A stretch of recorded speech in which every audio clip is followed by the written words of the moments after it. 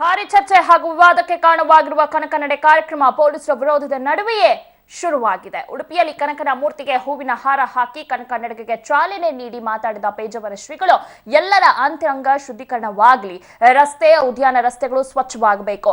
ಕನಕ ನಡೆ ಸರ್ಕಾರದ ಆದೇಶದಂತೆ ನಡೆಯುತ್ತದೆ, ಆದೇಶದ ವಿರುದ್ಧ ಕೆಲಸ ಮಾಡುವುದಿಲ್ಲ.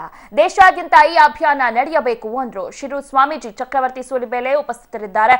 ಸುಮಾರು 500 ಯುವ ಬ್ರಿಗೇಡ್ ಕಾರ್ಯಕರ್ತರು ಸ್ವಚ್ಛತಾ ಕಾರ್ಯ ಮಾಡುತ್ತಿದ್ದಾರೆ. ಕನಕನ ನಡೆ ಸ್ವಚ್ಛ ಅಭಿಯಾನಕ್ಕೆ ಭಾರಿ ಪೊಲೀಸ್ ಬಂದೋಬಸ್ತ್ ನೀಡಲಾಗಿದೆ. ಅಷ್ಟಮಠದ ರಥ ಬೀದಿಯ ಸುತ್ತ 1,000 ಪೊಲೀಸರನ್ನ ನಿಯೋಜಿಸಲಾಗಿದೆ. 8 ಮಠಗಳ ಮುಂಭಾಗದಲ್ಲಿ ರಥ ಬೀದಿಗೆ ಬರುವ 6 ರಸ್ತೆಗಳಲ್ಲಿ ಬ್ಯಾರಿಕೇಡ್ ಅಳವಡಿಸಲಾಗಿದೆ. ಕಡೆಯಿಂದ ಕಾರ್ಯಕರ್ತರು, ಭಕ್ತರು, ಅಭಿಮಾನಿಗಳು ಆಗಮಿಸಿದ್ದಾರೆ. ಇದೊಂದು ಸಾಂಕೇತಿಕ.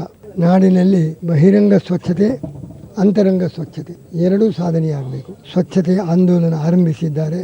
ಇದನ್ನು ಅಷ್ಟವ್ಯಾಪಿಯಾಗಿ ಬೆಳೆಯಲಿ. ಈ ಸ್ವಚ್ಛತಾ ಆಂದೋಲನ ಸರ್ವರಿಯಿಂದ ಯಶಸ್ವಿಯಾಗಲಿ. ಇದು ಕ್ರಾಂತಿಯಲ್ಲ, ಶಾಂತಿಯ ಕಾರ್ಯ. ಸರ್ಕಾರದ ಆದೇಶದ ಮಿತಿಯಲ್ಲಿ ಸ್ವಚ್ಛತಾ ಕಾರ್ಯ ನಡೆಯಲಿ. ಎಲ್ಲರೂ ಇವತ್ತಿನ ದಿನಕ್ಕೋಸ್ಕರ ಕಾಯ್ತಾ ಇದ್ರು. ನಿನ್ನೆ ಬೆಳಗಿನವರೆಗೂ ನಮಗೆ ಉಡುಪಿಯನ್ನು ಸ್ವಚ್ಛ ಮಾಡೋ ಪರ್ಮಿಷನ್ ಕೊಟ್ಟರು. ಆನಂತರ ಮಠದ ಆವರಣ ಅಂತಂದ್ರು. ಕೊನೆಗೆ ಮಠದ ಆವರಣದಲ್ಲಿ ರಥಬೀದಿಯನ್ನು ಮುಟ್ಟುವಂತಿಲ್ಲ ಅಂತ ಹೇಳಿದರು. ಎಲ್ಲವೂ ಫೈನ್.